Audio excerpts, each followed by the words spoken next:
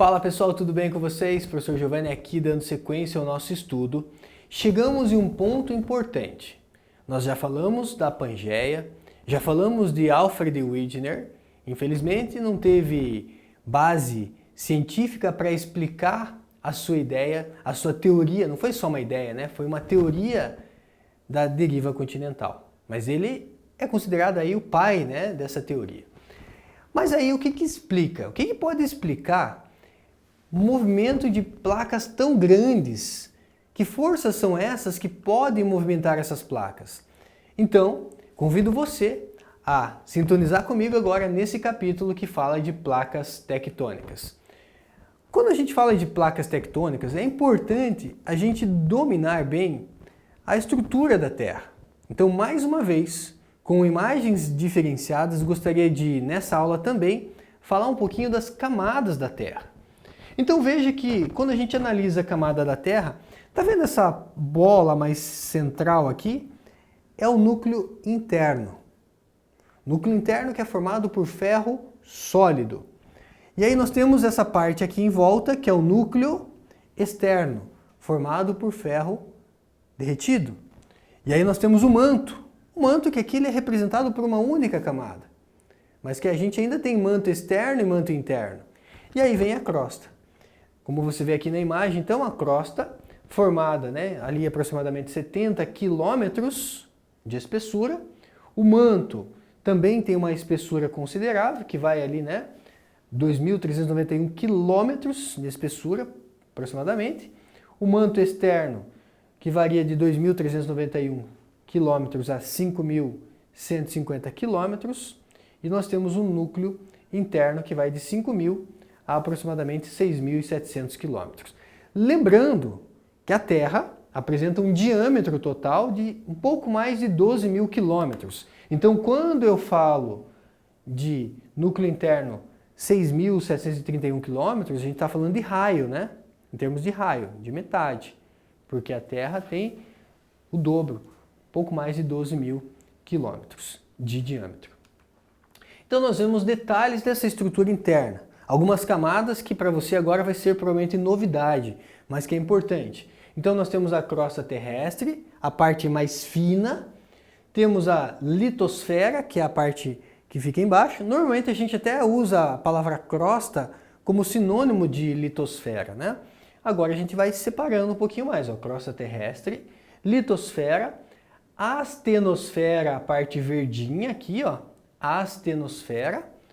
Temos o manto superior, o manto inferior, núcleo externo e o núcleo interno. Então, agora bem subdividido, nós temos esses detalhes, então, um pouco mais de detalhes da estrutura interna. Tudo isso para que a gente possa, então, entender como que o movimento dessas placas tectônicas vai ser possível.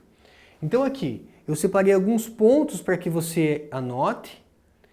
O que eu destaco, principalmente, aqui, é algo que você precisa saber. O núcleo, o centro da Terra é de ferro.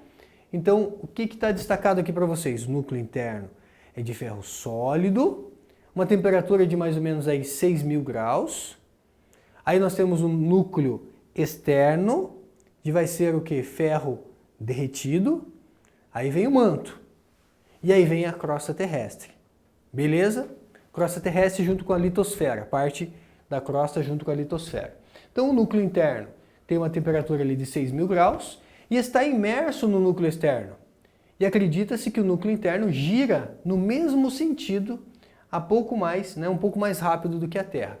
Veja que acredita-se, são hipóteses, são estudos que levam a gente a entender que isso ocorre. A gente não tem como ir lá para conferir, a temperatura é muito alta. Ah, professor, alguém já foi ao centro da Terra? Não, né? Ninguém foi. A temperatura é muito alta. O que acontece aqui é que a gente vai, a partir da geologia, tendo o quê? Possibilidades de criar hipóteses, observar, criar hipóteses e estudar. Então, tudo leva a crer que esse núcleo interno gira no mesmo sentido, né? E um pouco mais rápido do que a Terra. Quando a gente fala, né, em relação a esse núcleo, né, aqui tem um saiba mais, ó, que área que estuda? Geologia. Geologia é ciência que estuda a evolução da Terra desde a sua formação que foi lá provavelmente 4,5, 4,6 bilhões de anos. O manto e a composição do manto. Aqui temos um pulo do gato, um ponto importante. O manto, pastoso, fervente, em constante movimento. Começo a trazer respostas para vocês, ou melhor, possibilidades para a gente começar a entender como que placas tectônicas podem se mover. O manto pastoso, veja, a crosta terrestre descansa no manto. E se esse manto está em constante movimento, quer dizer que a crosta terrestre pode dar uma sambadinha, pode dar uma movimentadinha. Envolvendo o núcleo, existe uma grossa camada pastosa, com cerca de 2.900 km de espessura, o manto. O manto terrestre é formado de magma, uma mistura fervente, principalmente de silicato de magnésio e ferro. O manto tem uma temperatura aproximada de 3.500 graus. Uma temperatura muito alta. Difícil da gente imaginar uma temperatura dessa. Quando faz 35 graus aí na tua cidade, você já acha que é demais. Agora imagina 3.500 graus. É bastante, não é? O magma e o núcleo externo estão em constante movimento. Isso acontece porque o calor do núcleo interno se propaga para o núcleo externo e para o magma pastoso, criando um movimento de subida e descida nessas partes líquida e pastosa. Esse movimento de subida e descida, a gente vai ver mais adiante, algo como correntes de convecção.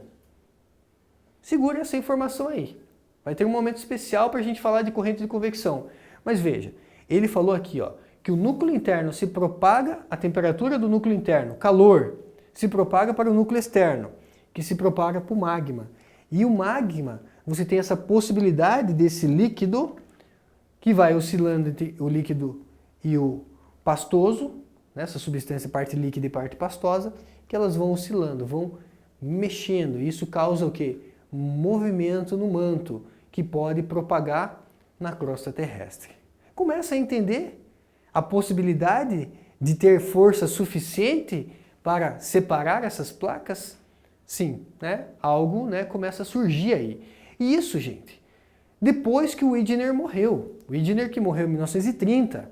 Esses estudos aqui, que a gente vai falar mais adiante, como do assoalho oceânico, começaram em 1947. Um pouco antes, 1947, eles já estavam concluindo esse tipo de informação. E aí nós temos a crosta, a camada superficial. A crosta terrestre começa logo acima do manto e também é chamada de litosfera. A espessura da crosta terrestre varia de 10 a 70 quilômetros. Você consegue ter uma noção? 10 a 70 quilômetros? Ah, professor, a cidade que a minha tia mora é 70 quilômetros da minha cidade. Então você começa a ter uma noção da espessura da crosta terrestre. Tenta fazer essa relação. Alguma cidade que você já viajou, que está mais ou menos essa distância, 70 quilômetros, Lembrando que para atingir o ponto mais profundo da Terra, teríamos que imaginar um percurso de 6.370 quilômetros. Você pode concluir que a crosta terrestre não passa de uma delicada casca externa. Veja, 6.370 quilômetros é o raio da Terra, porque o diâmetro é o dobro disso, tá? Pouco mais de 12 mil quilômetros. Os principais elementos químicos que formam a crosta são o oxigênio, o silício e o alumínio. Em menores proporções, a crosta também contém ferro, cálcio, potássio, magnésio, fósforo, enxofre, entre outros elementos. E ainda, não saiba mais, as placas tectônicas ficam em constante movimento. Isso já me faz pensar em relação a isso. Esse movimento é impulsionado pelo magma, que constitui o manto terrestre. Então aqui nesse slide a gente observa que a crosta terrestre ela tem camadas, 3 camadas, que eu vou chamar de A, de B e de C.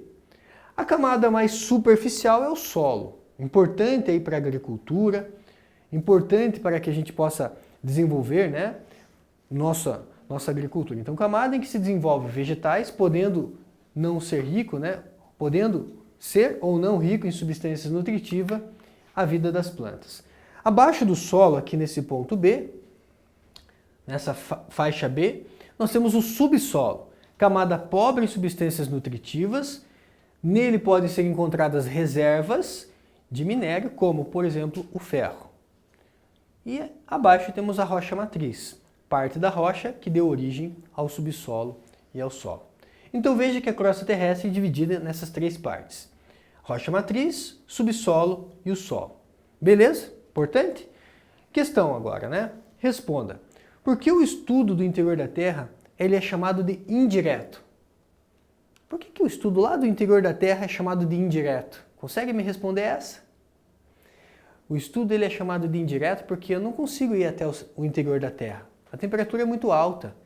Então, eu não vou estudar ele diretamente. Eu vou estudar ele indiretamente, tentando entender como que ele pode ser formado. Como, por exemplo, quando você tem uma erupção vulcânica, a possibilidade de você estudar essa erupção vulcânica dá para a gente ter uma ideia das substâncias que estão abaixo, né? Que estão lá no manto, por exemplo, compondo o magma. Então isso é uma forma indireta. Já que eu não posso ir lá, eu estudo ele indiretamente. Agora nós chegamos então num momento interessante. Vamos falar dos movimentos das placas tectônicas. As placas tectônicas, então, elas têm essa possibilidade de movimento. Explicando, trazendo indícios de uma explicação mais possível em relação à deriva continental. Então eu pergunto mais uma vez para vocês, quais forças seriam possíveis para movimentar os continentes até o momento atual? Que forças seriam essas? Aqui eu espero que você esteja construindo o teu raciocínio, entendendo que altas temperaturas, o movimento do magma, o movimento ali do manto, isso pode gerar força suficiente para que as placas tectônicas possam se mexer. E isso pode trazer o quê? Ruptura. Isso pode trazer o quê? Sobreposição. Tudo isso a gente vai estudando aí na sequência. Então veja, gente. A deriva continental, fenômeno de flutuação dos continentes sobre o magma, significa então um arrasto, um salto. E a tectônica de placas, só para preparar vocês para a nossa próxima aula. Os movimentos gerais apresentados pela litosfera são chamados de movimentos tectônicos. Temos a orogênese. O que é a orogênese? Gênese quer dizer formação. Movimento horizontal que provoca o aparecimento de cadeias montanhosas. Então, movimento na horizontal que provoca o aparecimento de cadeias montanhosas. Imagine duas placas, elas se encontram, uma vai para baixo, uma vai para cima. Tem a possibilidade de surgir aqui o quê? Montanhas, certo? Então, orogênese. Mas temos a epirogênese. Gênese é formação, movimento vertical que provoca o soerguimento e o reabaixamento de porções da litosfera pelo vulcanismo e pelos abalos sísmicos. Então nós chegamos aqui, ó, a teoria da expansão do assoalho oceânico. Então nessa imagem, o que você observa? Você observa aqui fontes termais no assoalho oceânico e a possibilidade aqui do quê? De uma ruptura. Então você tem aqui uma ruptura, uma separação. Então representação esquemática da expansão do assoalho oceânico. Ainda nessa ideia do assoalho oceânico, você tem aqui, olha só, uma ideia, né, que a gente consegue ter ali o quê? Indícios de como seria o fundo oceânico. Então, durante as guerras mundiais, muito esforço foi feito para um mapeamento preciso do fundo oceânico, resultando em uma imagem inesperada, um assoalho enrugado, com montes e depressões, o que foi constatado, né, ali nesse estudo. E aí, quando a gente vê esse fundo oceânico com irregularidades, também, né, implantação de aqui, né, necessidade de implantação de cabos telegráficos submarinos, foram descobertas enormes cadeias de montanhas submarinas.